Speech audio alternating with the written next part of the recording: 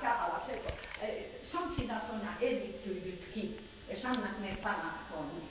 Annak meg panaszkodni. A Šebenová ma zbila. Áno, a prečo? Vlasy mi vytrhala. Že tejto pani som nakávala, že som klebetila, že jej, že na ňu som, teraz som išla, kde ona robí, že opýtam sa, že čo som na ňu klebetila. Dneska sa to stalo. Viete čo? Tak ma vytrhala mi vlasy a zabuchla ma sem do editené a tak ma chcela vyhodiť a taká svinia. Víte, čo je urobím? Mala som 50 vajíčka čerstvé, víte, to som bála, že ho musím piť. Ty to uvidí, na tej poschodí to stalo? Na mojom poschodí bola u tej pani, zas bola dobre, aby že so mnou sa nerozprávala, že ja som veľká špina, že klebetnica.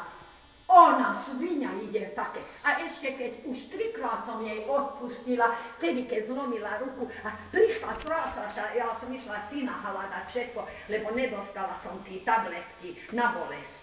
A všetko, a teraz, viete čo, tak ma ťahala za vlasy, nevedela som, držala som, bola som na veľké nákup, lebo idú mi hosti. Nič nemôžem robiť, na nervy som celá, prečo som ležala, a nič ešte.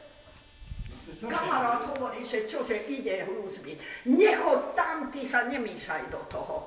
A smrta, ja... Ženský záležitosti ináč, to je škaredí, tak sa chová stará žena. No to... A že robí aj nenapísala dopis, on vám hovorí, že napísala dopis tvojej ženky, že on je... Aj tu som na vás písala dopis. Nejaký dopis písala dopis. A išli sme na zabavu, že tam boli dve ženične, že tu máte dopis, a že nie vy, že vy, ako tej maličky, že som s tou maličkou chodila, že vy dopisy dávala.